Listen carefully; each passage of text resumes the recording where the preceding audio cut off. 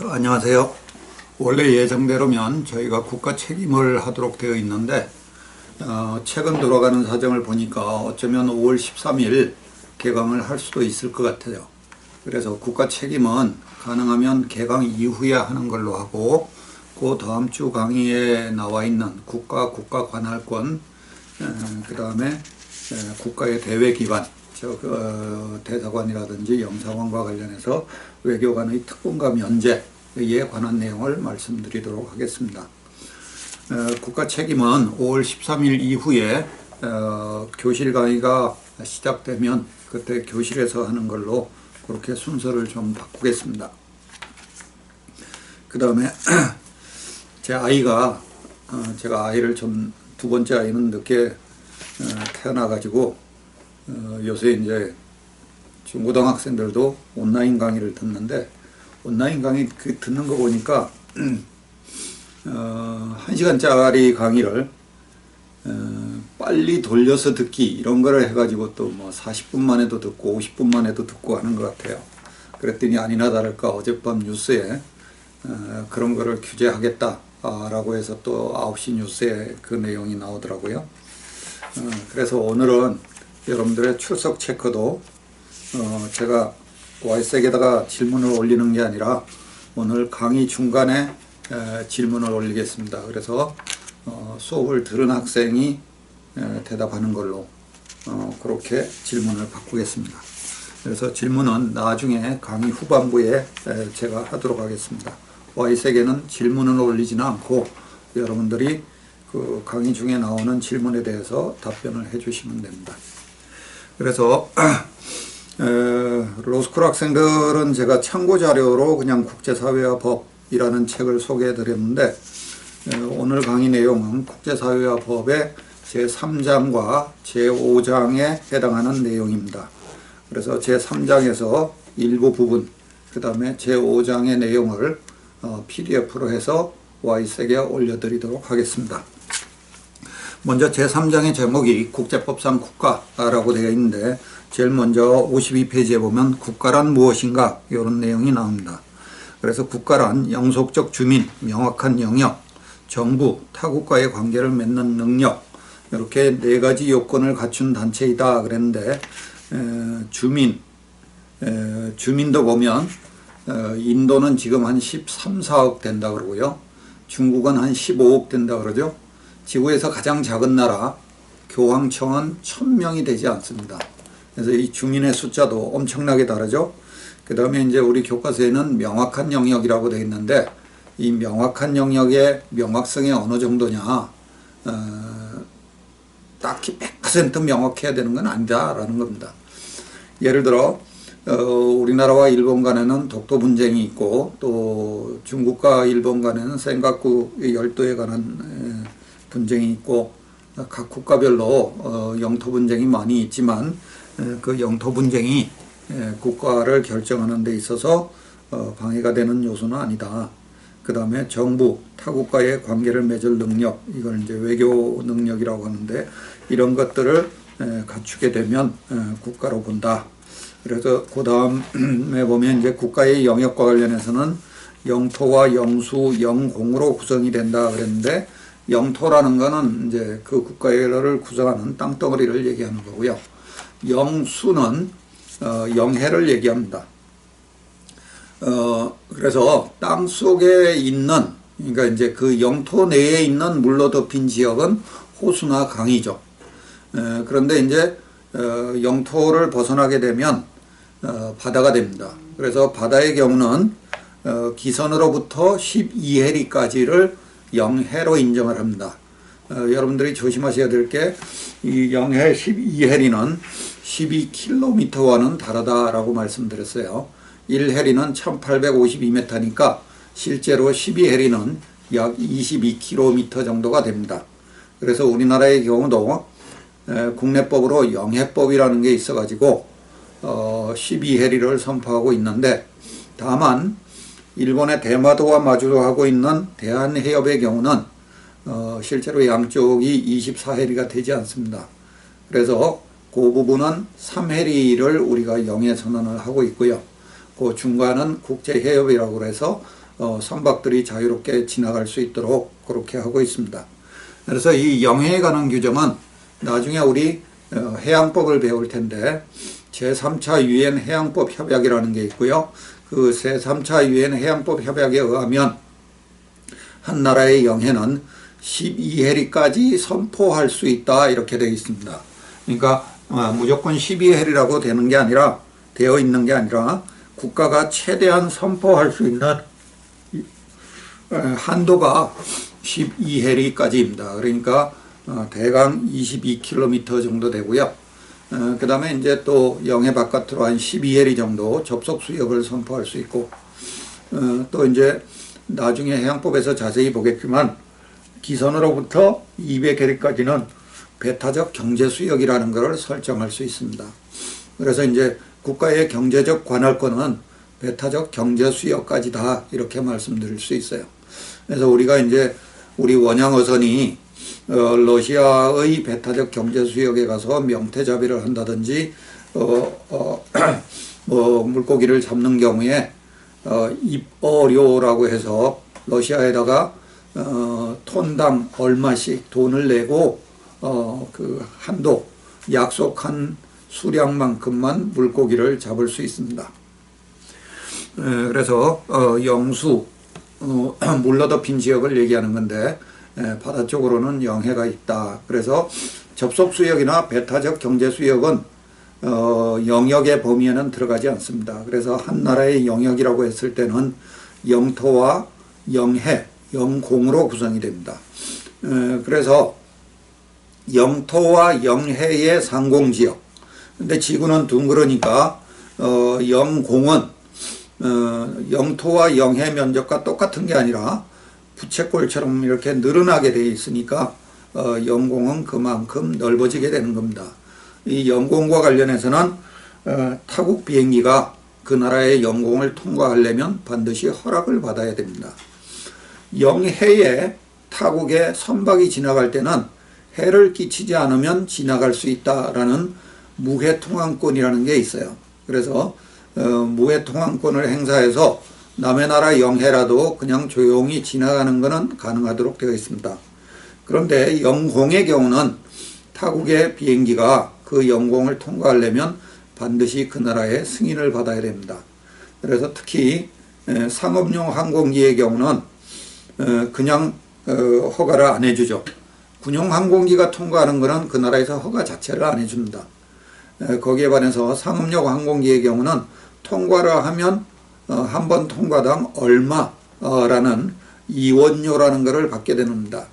그래서 우리나라 비행기가 유럽을 간다 했을 때 과거에는 제가 유학 갈 때는 김포공항에서 비행기를 타면 비행기가 반대로 가요. 저 강릉 앞바다를 지나서 바깥쪽으로 나가서 러시아 시베리아를 지나서 유럽으로 갔습니다. 그때는 런던을 가는데 13시간 정도가 걸렸거든요.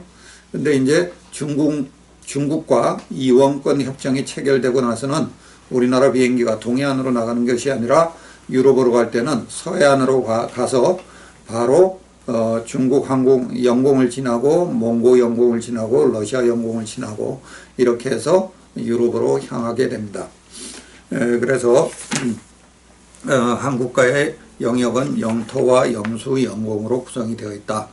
영해에서는 타국 선박이 무해통항권을 행사해서 지나다닐 수는 있다. 영공의 경우는 그 나라의 허가 없이는 영공을 통과하지 못한다.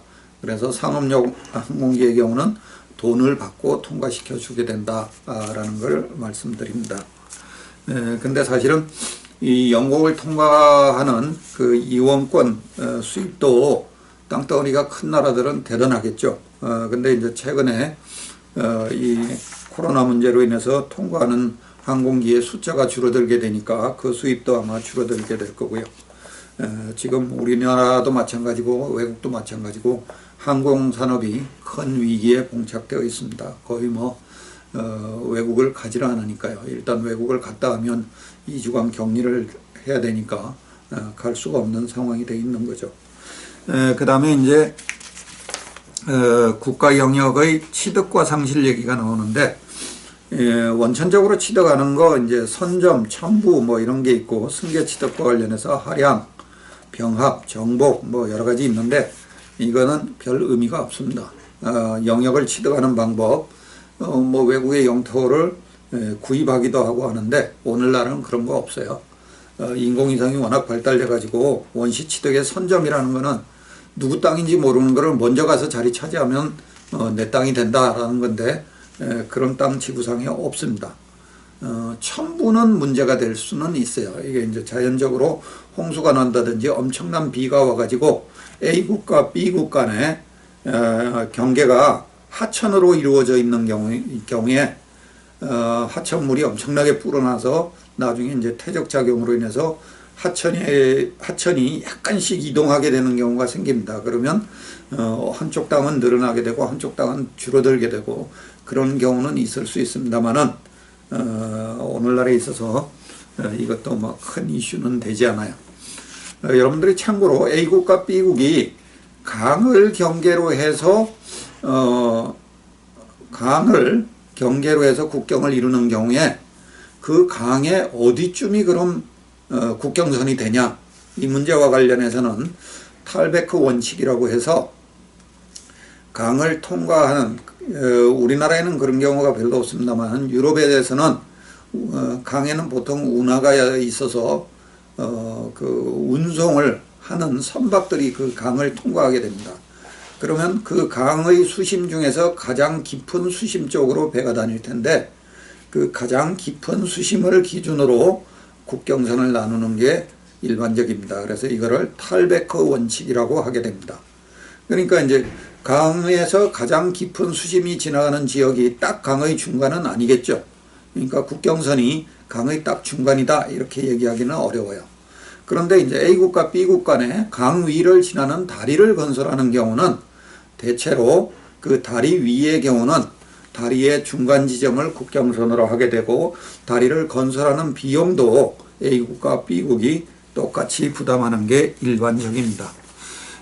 그 다음에 이제 나중에 후천적인 방식에 의해서 그 영토를 취득하는 방식 중에 뭐 승계도 있고 하량도 있고 뭐 여러 가지 있습니다만은 과거에 보면 미국이 알래스카를 러시아로부터 700만 불인가요? 그 당시에 구입했다는 거 아마 여러분들 보신 적 있을 겁니다. 그 알래스카라는 엄청난 큰 땅덩어리를 정말 싼 가격에 구입을 한 거죠.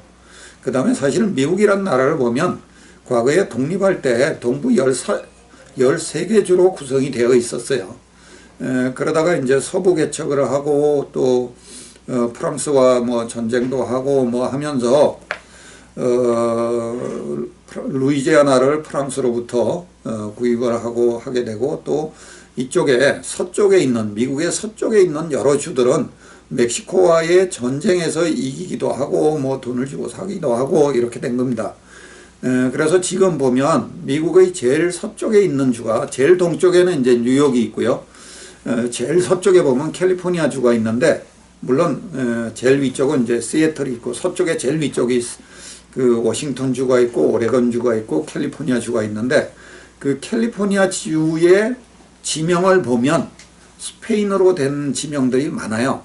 그게 이제 과거에 멕시코가 지배하던 거를 미국이 물리치고 해가지고 이제 멕시코로부터 뺏은 땅도 많고 하다 보니까 그렇습니다. 그래서 미국과 멕시코 간에 미국의 제일 아래쪽에 있는 도시 이름이 샌디에고라고 되어 있죠. 샌디에고라는 게 우리가 말하는 샌이라는 건 세인트입니다. 성인이란 뜻이죠. 그래서 세인트 디에고 성인을 따서 지명이 만들어진 거고 로스앤젤레스 그러니까 샌디에고도 세인트에 해당하는 스페인어가 산이거든요. 그래서 산디에고 혹은 샌디에고라고 하고 로스앤젤레스 스페인어로 로스앙헬레스입니다. 천사들이란 뜻이거든요. 저 남쪽에 아르헨티나의 수도 아시죠? 부에노스아이레스라고 있거든요. 그거는 부에노스아이레스는 맑은 공기라는 뜻입니다. 그래서 이 캘리포니아 지역에 보면 스페인어 지명이 많아요.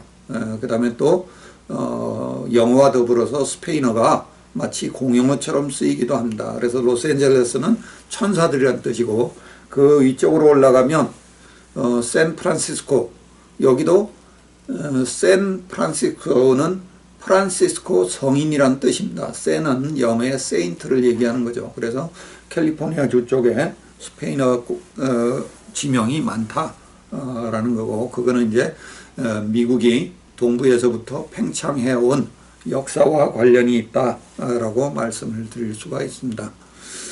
참고로 미국의 경우 우리 얼마 전에 이제 국회의원 선거했죠, 그죠? 그래서 이제 국회의원이 우리나라는 300명인데 항상 보면 국회의원들은 또 국회의원 숫자 늘려달라고 막 얘기를 합니다. 그러면서 예로 드는 게 영국이에요. 영국은 인구가 한 6천만, 지금 한 6,200~300만 되는데 국회의원이 650명 되거든요. 그 논리로 따지면 우리나라도 국회의원이 한 500 몇십 명은 돼야 되는 거죠. 근데 사실은 미국의 경우를 보면 인구가 3억 3천만인데 국회의원 숫자 하원 의원 435명밖에 안 돼요. 미국의 숫자에 비례해서 우리나라 국회의원 뽑으면 우리나라는 80명이면 되는 겁니다. 근데 이제 미국의 하원 의원은 각 주별로 그 주 인구에 비례해서 숫자가 배정이 돼요. 그러다 보니까 알래스카주는 하원 의원은 1명인데 캘리포니아주는 47명인가 꽤 많습니다. 전체 국회의원 숫자의 10분의 1이 넘죠. 그 반면에 미국 상원 의원은 미국이 50개 주로 되어 있다 보니까 무조건 주당 2명씩을 뽑습니다. 그래서 알래스카주도 2명, 인구가 가장 많은 캘리포니아주도 상원 의원은 2명입니다. 그래서 하원 의원은 알래스카가 1명, 캘리포니아가 47명, 정확한 숫자는 아닙니다. 한번 찾아보세요. 그런데 반해서 상원 의원은 2명씩으로 똑같다. 그래서 사실은 미국과 비교하면 우리나라 국회의원 숫자가 적은 게 아닙니다. 많은 거죠. 하는 일에 비해서 많은 겁니다. 그래서 나중에 출석 체크 문제를, 우리나라 국회의원과 관련된 문제를 나중에 하나 만들어 드리겠습니다. 그래서 뭐 병합, 정복, 취득시효 이런 거 나오는데 오늘날 그런 거 없어요. 특히 정복, occupation, 오늘날은 금지되어 있어요. 우리 유엔 헌장 얘기할 때 제가 무력 사용 금지 원칙 얘기했죠. 그래서 유엔 헌장 2조 사항에 보면 무력 사용, 무력의 위협과 사용 금지가 되어 있고, 예외적으로 허용되는 게 유엔 헌장 7장에 의해서 안전보장이사회가 허용해 준 경우, 그 다음에 이제 고유한 국가의 권리로서 자위권 행사, 그 2가지 경우밖에 되지 않습니다. 땅을 늘리기 위해서 남의 나라를 정복하는 거 오늘날 인정되지 않아요. 그러니까 이것도 없는 겁니다. 그 다음에 이제 자결권, 국가가 자신의 미래를 자기 스스로 결정할 수 있다라는 겁니다. 그래서 이제 나중에 국가 승계 얘기가 나온다면은 국가라는 게 살아있는 생물이에요. 그러다 보니까 한 국가가 여러 개로 쪼개지기도 하고 또 여러 개의 국가가 하나로 합쳐지기도 합니다. 역사 속에서 여러분들은 그런 거 볼 수 있어요. 1991년에 소련이 15개 국가로 쪼개졌죠. 소련이라는 게 사실은 소비에트 연방공화국이라는 거거든요. 그래서 과거에 USSR 그랬는데 유엔 헌장에는 아직도 소련이라고 그대로 표시가 되어 있습니다. 왜냐하면 1960년대 이후에 유엔 헌장을 개정한 한 적이 없기 때문에 그대로 되어 있는 거죠. 또 유고 연방 또 6개 국가로 쪼개졌고요. 그런가 하면 또 1975년에 베트남과 월맹은 2개가 합쳐져서 베트남이 됐죠. 그런가 하면 또 독일은 동독, 서독 나누어져 있다가 지금은 독일로 하나의 국가로 합쳐져 있습니다. 그래서 독일의 경우 이 2개가 합쳐지다 보니까 지금 이제 러시아를 제외한 유럽에서 가장 큰 국가가 되어 있습니다. 그래서 유럽연합 27개 국가 중에서 독일이 약 6,200만, 그래서 가장 인구가 큰 나라이고, 그거에 이어서 이제 영국, 프랑스, 이태리가 대강 6,200만 정도로 6,200만, 6,300만 정도로 인구가 비슷합니다. 그 다음에 이제 스페인이 약 4,700만 되고요. 그렇게 EU 27개 나라 중에서 그 5개가 가장 큰 나라들입니다. 그래서 EU에서는 유로피안 팔리아먼트라 그래가지고 유럽 국회의원을 뽑거든요. 거기서도 보면 소련이 아니라 독일은 99명을 뽑고, 그 다음에 이제 영국은 지금 빠져나갔습니다만은 과거에 영국, 그 다음에 프랑스, 이태리 이런 나라들이 81명을 뽑고요. 스페인은 또 그거보다 조금 적은 67명인가를 뽑습니다. 그런 식으로 해서 국회를 구성을 하죠. 그래서 자결권, 국가에 있어서 자결권, 자기 자신의 운명을 자기 스스로 결정할 수 있다라는 취지고요. 그 다음에 이제 국가 주권이란 무엇인가 라는 말이 나오는데, 국가 주권이라는 것은 국가의 통일성을 유지하고 또 외부 세력으로부터 간섭을 배제할 수 있는 그런 능력을 갖는 것을 국가라고 한다. 그래서 그런 능력을 또 주권이라고도 얘기를 하죠. 그 다음에 이제 주권과 관련해서는 주권 평등의 원칙이라는 게 있다. 유엔 헌장 2조 1항을 얘기할 때 제가 주권 평등의 원칙을 얘기를 했었어요. 각 국가의 주권은 평등하다.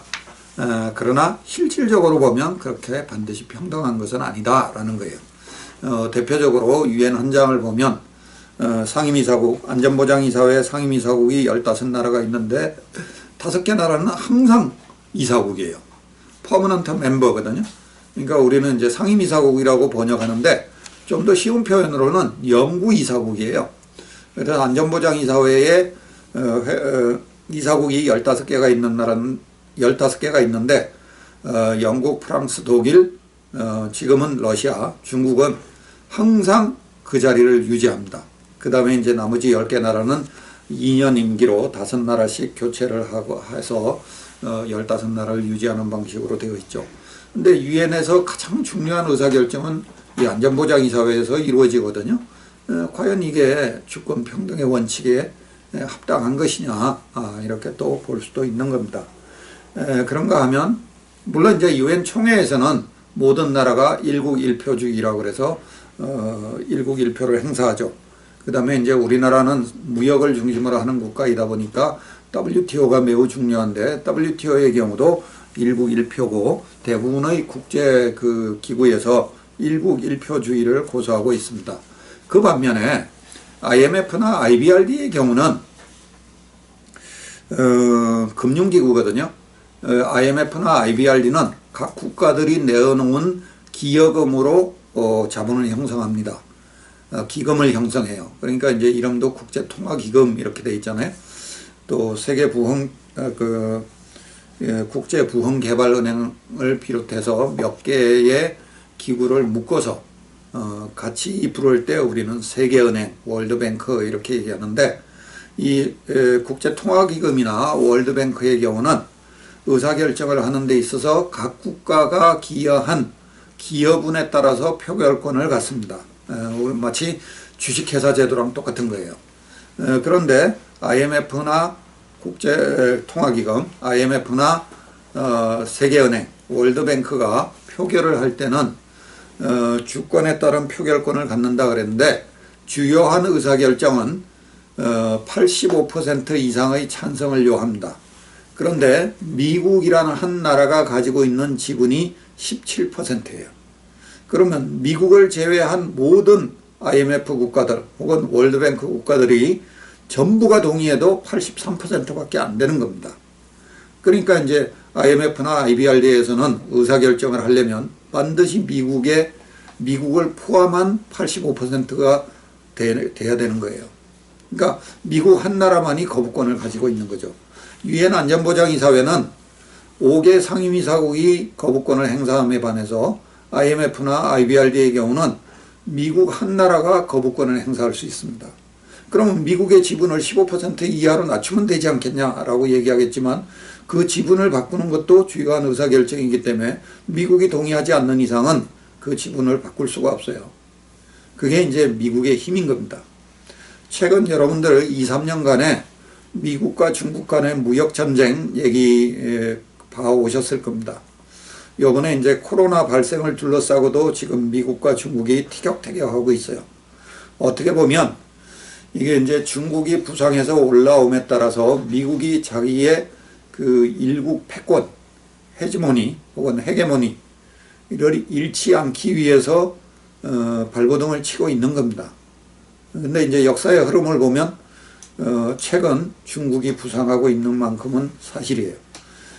그래서 우리나라의 경우도 과연 이 상황에서 미국의 편을 들 거냐 중국의 편을 들 거냐, 우리는 항상 약소우기 때문에 이게 참 어려운 측면이 있습니다. 그래서 여러분들도 이 미중 무역 전쟁도 그렇고 코로나를 둘러싸고 책임 공방을 벌이는 것도 그렇고 시각을 가지고 이게 어떻게 흘러갈지 한번 유심히 살펴보시기 바랍니다. 그래서 주권 평등의 원칙과 관련해서는 형식적으로는 주권 평등이지만 실질적으로 보면 과연 주권이라는 게 평등할까, 그런 부분도 있습니다. 그 다음에 이제 국내 문제 불간섭의 원칙이 나오는데, 이 국내 문제 불간섭의 원칙과 관련해서는 제가 유엔 설명하면서도 한번 말씀드렸어요. 남의 나라 국내 문제에 대해서 개입하면 안 된다라는 건데, 여기서 국내 문제 불간섭의 원칙에 있어서 핵심적인 거는 이제 무력을 사용해서 간섭할 수 있는가, 이 문제입니다. 그래서 핵심적으로 이슈가 되는 게 상대방 국가, 이웃 국가에서 중대한 인권 침해가 일어나고 있을 때 이웃 국가는 가만히 있어야 되는가, 아니면 중대한 인권 침해를 방지하기 위해서 거기에 개입할 수 있을 것인가, 이 문제가 인도적 간섭의 문제입니다. 그래서 국제사회에서 이 인도적 간섭이 허용되는가 아닌가에 대한 답을 못 내리고 있어요. 그런가 하면 또 민주적 간섭이라는 것도 있는데, 과거 IT에서 이런 문제가 있었어요. 정당한 절차에 따라서 선거를 했는데 현재 집권하고 있는 정부가 선거에서 패배를 했어요. 그런데 정권 교체를 안 해줍니다. 그러면 옆에 국가들은 가만히 있어야 되느냐. 이런 경우에는 국민의 정당한 권리 행사로 정권이 바뀌었으니까 옆에 국가들이 개입을 해갖고 정권 교체를 이룰 수 있도록 도와줄 수 있는가, 이런 문제가 발생합니다. 이게 민주적 간섭의 문제입니다. 근데 인도적 간섭도 그렇고 민주적 간섭도 그렇고 명확하게 국제사회가 답을 내리지는 못하고 있는 상황이다.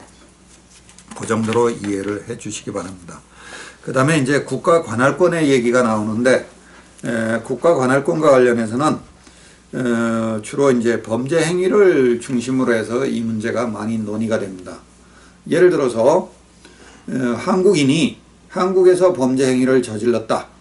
그러면 당연히 우리 정부가 관할권 행사해서 검찰권과 재판권을 행사해서 처벌을 하죠.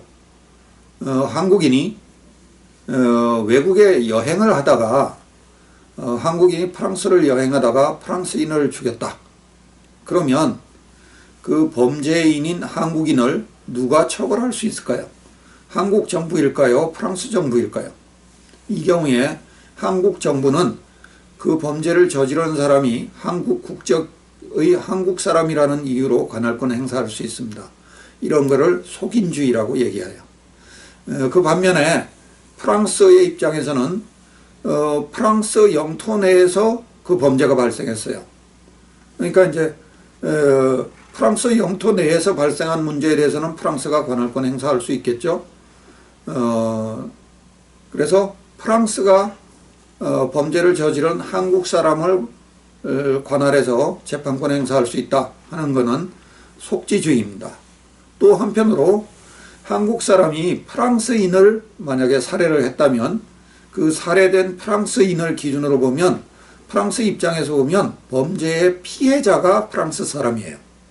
사람을 기준으로 판단을 하는데 행위자가 아니라 피해자를 기준으로 했을 때 관할권을 행사할 수 있는 거, 이거를 수동적 속인주의라고 합니다. 그래서 지금 제가 든 예에서 한국 사람이 프랑스를 여행하다가 프랑스 사람을 죽였다. 이런 경우에 한국 정부는 속인주의를 기준으로 해서 관할권을 행사할 수 있고, 프랑스는 속지주의를 기준으로 해서 관할권을 행사할 수 있고, 또 수동적 속인주의를 기준으로 해서 관할권을 행사할 수도 있어요. 그래서 우리 교재에 보면 제일 먼저 속지주의가 나오고 그 다음에 속인주의가 나오는데, 속지주의는 자국의 영토 내에서 벌어진 행위에 대해서, 행하여진 행위에 대해서 관할권을 행사할 수 있는 것을 속지주의라고 하고, 그 다음에 속인주의는 어느 나라 영토에서 행위가 발생하였는가에 관계없이 사람을 기준으로 해서 자기 국적인이 범죄 행위를 저질렀다. 그러면 관할권을 행사할 수 있는 거, 이게 속인주의입니다. 그 다음에 수동적 속인주의는 범죄의 피해자를 기준으로 했을 때 그 범죄의 피해자가 자국 국적인이라면 관할권 행사할 수 있다. 이게 수동적 속인주의입니다. 그런데 여기서 이제 국가가 관할권을 행사하는 문제하고 그 다음에 이제 출생과 관련해서 국적을 부여하는 문제랑은 또 다른 문제예요.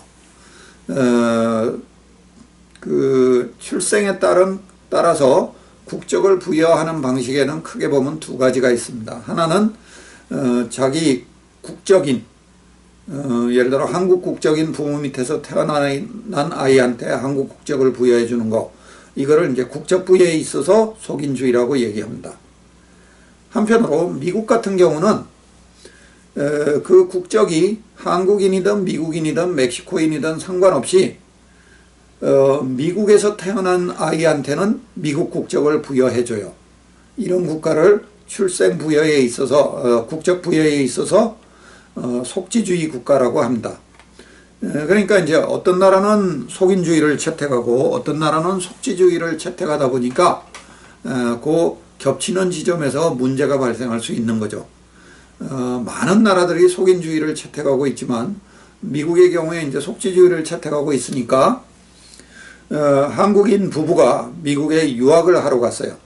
뭐 하버드 대학이든 뭐 캘리포니아 대학이든 어디에 유학을 하다가 유학 도중에 아이를 낳게 됩니다. 그렇게 되면 그 아이는 한국인 부모 밑에서 태어났으니까 한국법에 따라서 한국 국적을 취득하게 돼요. 또 유학 도중에 미국에서 태어났으니까 미국 국적도 취득하게 되는 겁니다.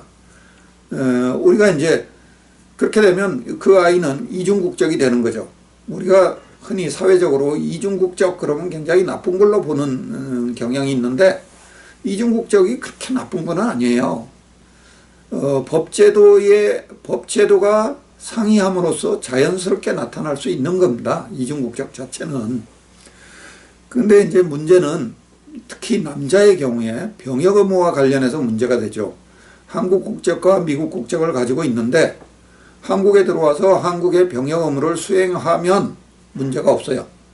근데 이제 한국에 와서 병역 의무를 수행하기는 싫은 겁니다. 그렇게 되면 이제 20세가 지나고 하면서 병역 의무를 면탈하기 위해서 국적을 포기하게 되죠. 그러면 이제 생긴 거는 한국 사람인데 국적은 미국인이 되는 거예요. 그러고서 또 한국 교포라고 해서 쉽게 한국에 들어와서 영리 활동을 할 수 있는 그런 법들이 있거든요. 그러다 보니까 이제 국민들의 법의식하고 괴리되는 부분이 생기는 겁니다. 그 대표적인 케이스가 여러분들 기억할지 모르겠지만 가수 유승준 케이스입니다. 이 유승준이라는 사람이 국적을 가지고 양쪽 국적을 가지고 있다가 나는 군대에 가겠다 그랬다가 막상 나중에 군대를 한국 국적을 포기하고 미국으로 가버렸죠. 그러니까 이제 괘씸하게 된 거죠. 그 뒤로 이제 한국에 입국을 하고 싶어도 이게 만 40세가 되면 병역 의무가 완전히 사라지게 되니까 40세가 지나고 나서 이제 한국에 들어와서 또 가서 하고 싶은 거예요. 그러니까 이제 한국 정부에서 입국 허가를 안 해준 거죠. 그 입국 허가를 안 해준 행정 조치를 가지고 지금 현재 소송이 진행 중입니다. 그래서 우리 대법원에서는 무조건적으로 그렇게 입국 금지를 시킨 것은 잘못됐다라는 판결을 내렸는데 거기에 따라서 다시 또 유승준 씨가 입국 허가를 신청을 하게 되는 거죠. 거기에 대해서 입국 허가를 내줄 건가 말 것인가 하는 것은 또 우리 국가 입장에서 다시 또 판단을 하는 겁니다. 대법원 판결이 무조건 그 사람 입국하도록 허락해라 라고 한 건 아니에요. 그래서 자연스럽게 이게 이제 여권과 비자 문제하고 연결이 될 텐데, 여권은 여러분들 이제 대학생들은 대부분 주민등록증 가지고 있죠. 주민등록증의 국제판, 주민등록증은 한국에서 유효한 거예요. 우리나라 면허증, 운전면허증 한국에서 유효한 겁니다. 근데 국제사회에서 내가 누구다라는 증명서가 여권인 거예요. 파스포트죠. 거기에 반해서 비자는 A라는 사람이 B국을 가고자 할 때는 B국에서 허락을 해줘야만 가는 거예요. 근데 B국에서 심사를 해보니까 얘는 오게 하면 안 되겠다 라고 하면 입국 허가를 거부하는 거죠.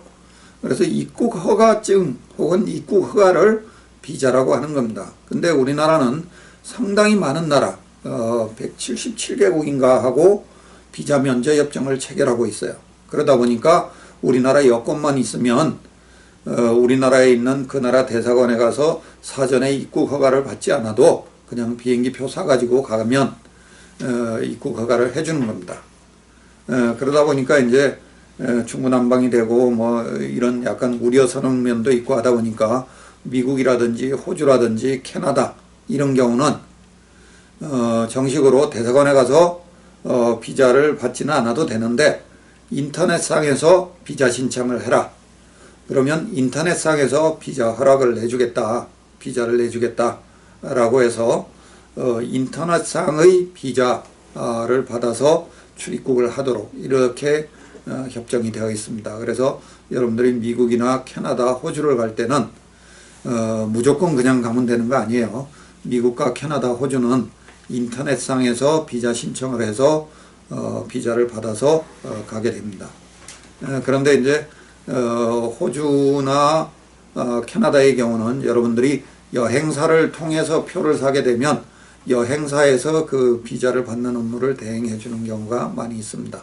미국의 경우는 인터넷을 통해서 비자 신청을 하게 되면 14달러 정도를 내라고 하고요. 호주하고 캐나다도 그렇게 비싸지는 않습니다. 한 10달러 안팎인 걸로 제가 기억을 하고 있어요.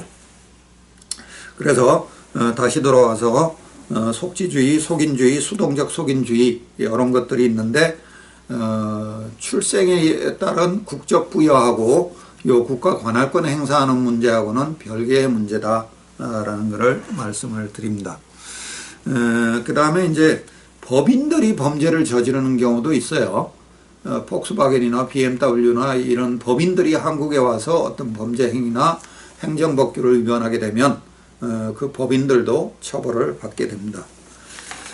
그 다음에 이제 보호주의, 보편주의라는 말이 나오는데 보호주의, 보편주의 들어가기 전에 수동적 속인주의 이것과 관련해서 효과이론을 먼저 말씀을 드리도록 하겠습니다. 효과이론이라는 건 뭐냐면 범죄의 행위 자체는 외국에서 있었는데 그 범죄의 효과가 한국에서 발생하게 되면 한국이 관할권 행사할 수 있다라는 게 효과이론입니다. 예를 들어서 BMW하고 벤츠가 요새 잘 나가는 자동차죠. 한국에서도 엄청 팔린다고 합니다. 1970년대 80년대는 외제차를 몰면 세무조사를 받는다 막 이런 얘기가 있었는데 지금 우리나라의 외제차 비율이 약 15%가 된다고 합니다. 엄청난 거죠. 근데 이제 한국 사람들은 대개 보면 비싼 차를 좋아해요. 일단 값이 비싸야 고급으로 인식하는 경향이 있어요. 그러다 보니까 이제 BMW하고 벤츠 자동차 회사 뭐 사장이 됐든 영업 전략을 짜는 사람이 됐든 독일에서 이제 밥을 먹으면서 회의를 해요. 양 회사가 야 한국 사람들은 비싼 차들을 좋아하더라. 독일에서 1억에 팔리는 차를 벤츠만 1억 5천으로 올리면 BMW가 많이 팔릴까봐 걱정이 되고 BMW 입장에서도 벤츠만 없으면 내가 한국에서는 좀 비싸게 받고 싶은데 이렇게 생각할 수 있죠. 그러니까 이제 두 회사가 야 이거 우리 한국에서는 요 독일에서 1억 하는 자동차를 1억 5천만 원씩 받자 라고 짜는 겁니다. 그거를 이제 담합이라고 해요.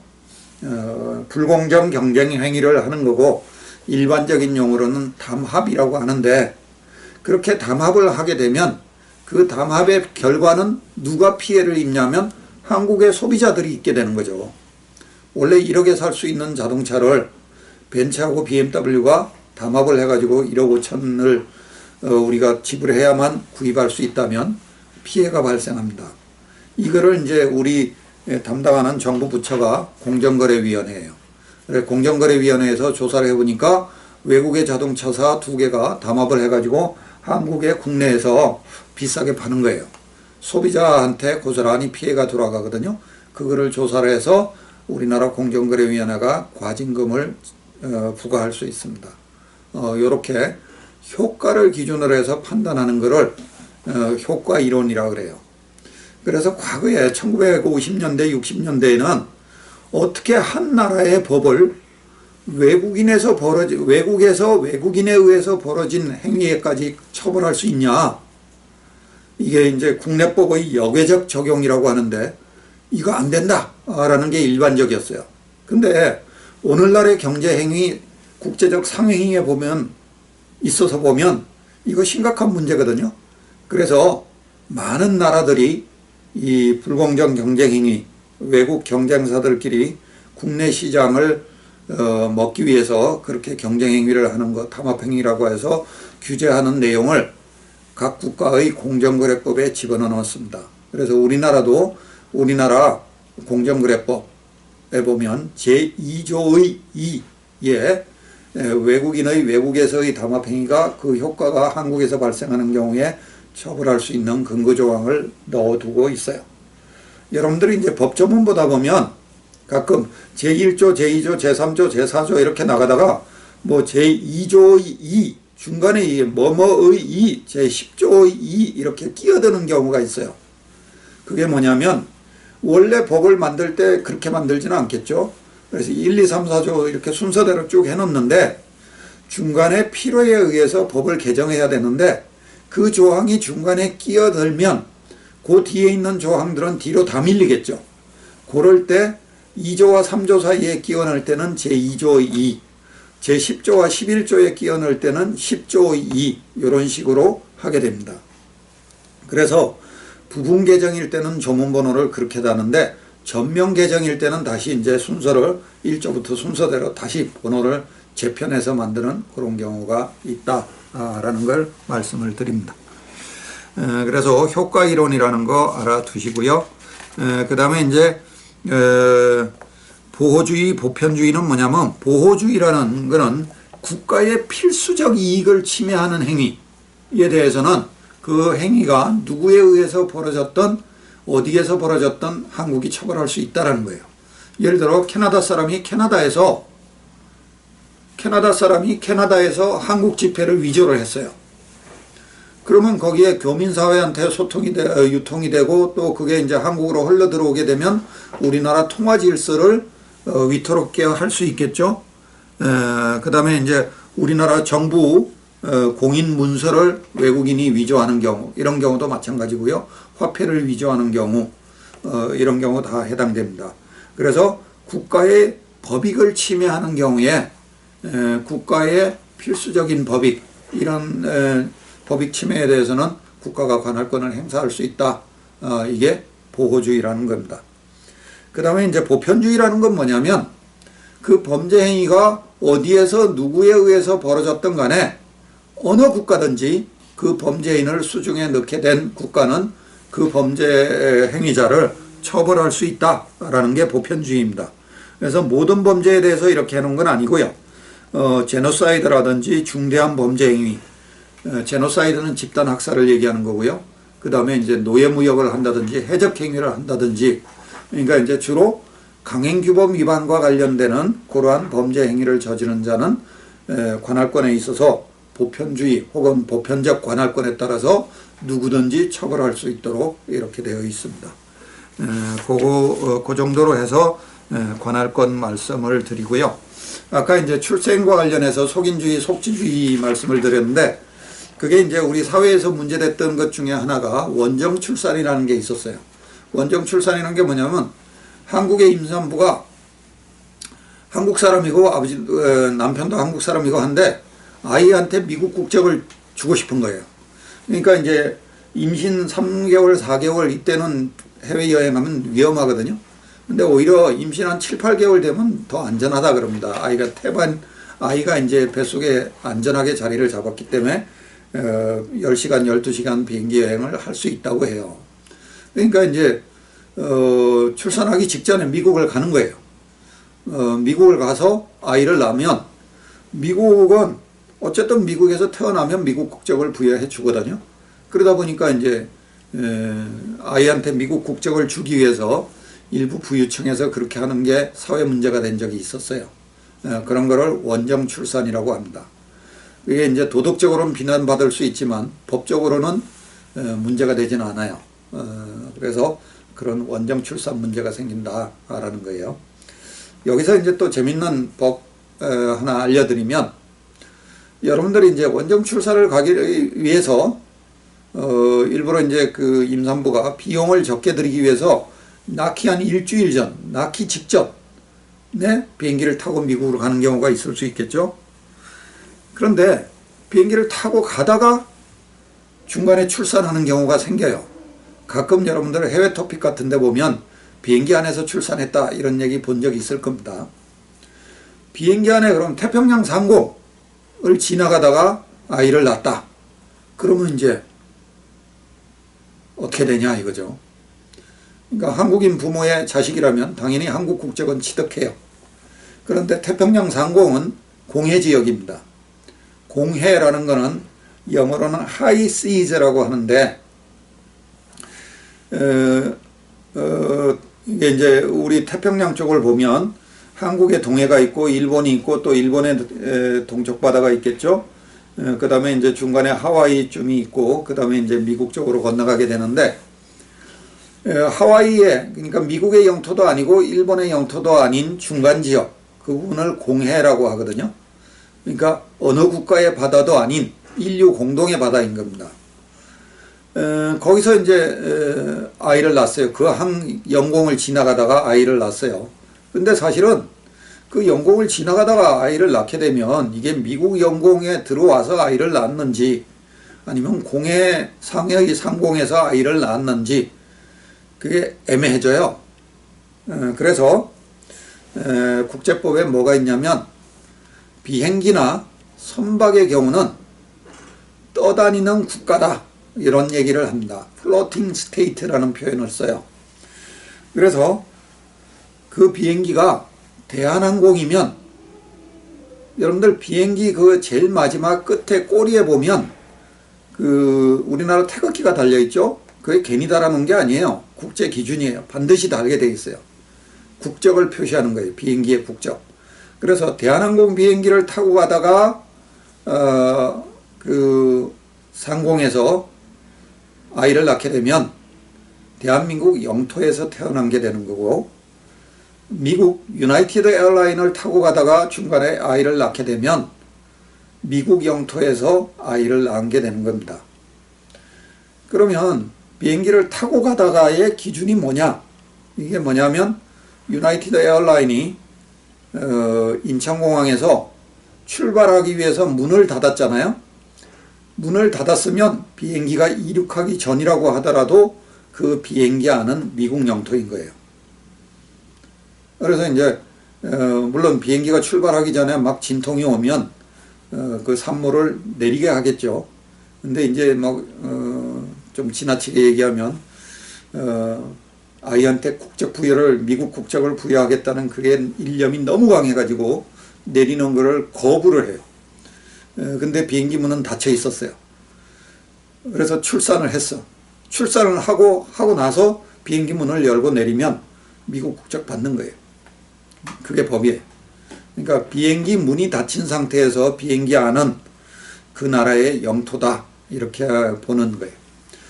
선박도 마찬가지예요. 선박은, 비행기는 이제 깃발을 달 수가 없으니까 꼬리에 그 국기 표시를 하도록 되어 있고, 선박은 반드시 국기를 개양하도록 되어 있어요. 그래서 국기를 개양하면 그 선박 내는 그 나라의 영토가 되는 겁니다. 그 선박이 어디에 가 있든지 간에 그 선박 내에서 벌어진 행위는 그 선박을 단 국기의 국적국 내에서 벌어진 행위로 보게 된다. 이런 거를 알아두시기 바랍니다.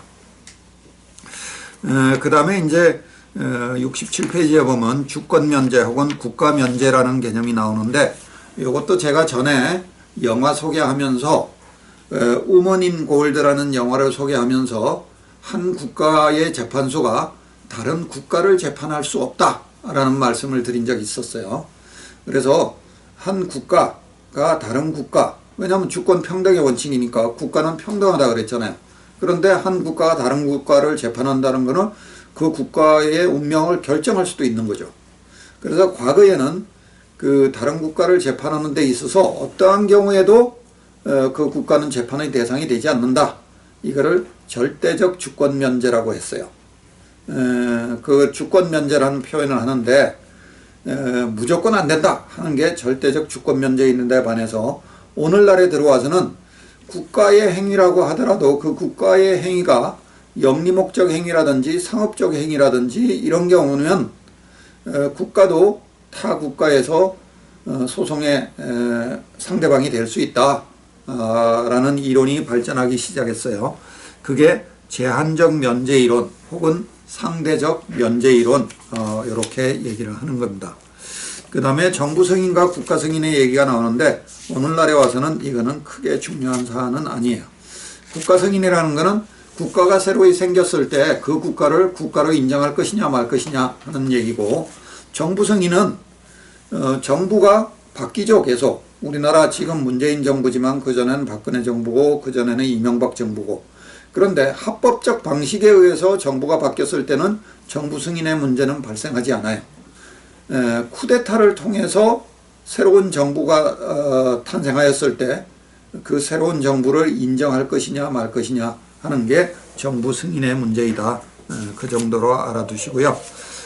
국가 승계라는 게 나오는데, 국가 승계와 관련해서는 예를 들어 독일처럼 서독과 동독이 합쳐져서 한 나라가 됐을 때 그 동독과 서독이 가지고 있던 조약의 문제, 그 다음에 국가 부채의 문제, 이런 거를 어떻게 승계할 것이냐라는 게 국가 승계의 문제입니다. 반대로 한 국가가 여러 개로 쪼개졌을 때, 유고처럼, 유고 연방처럼 6개 국가로 쪼개진다든지 소련처럼 15개 국가로 쪼개졌을 때 그 국가가 가지고 있던 여러 가지 지위, 조약이라든지 법적 지위라든지 재산, 이런 거, 부채, 이런 거를 어떻게 나누어서 분담할 것이냐라는 문제입니다. 그래서 소련의 경우는 대부분의 법적 지위를 러시아가 승계를 해서 지금 이제 안전보장 이사국 지위도 유엔 헌장 자체에는 소련이라고 되어 있지만 실제로는 러시아가 그 지위를 행사하고 있고요. 상당 부분 내용을 러시아가 승계하는 것으로 이렇게 정리가 된 바 있습니다. 그래서 국가가 합병 또는 쪼개지는 경우에, 분리되는 경우에 권리 의무 관계를 어떻게 나누어 가질 것이냐라는 것이 국가 승계의 문제입니다. 우리나라도 이런 문제가 발생한 적이 있었어요.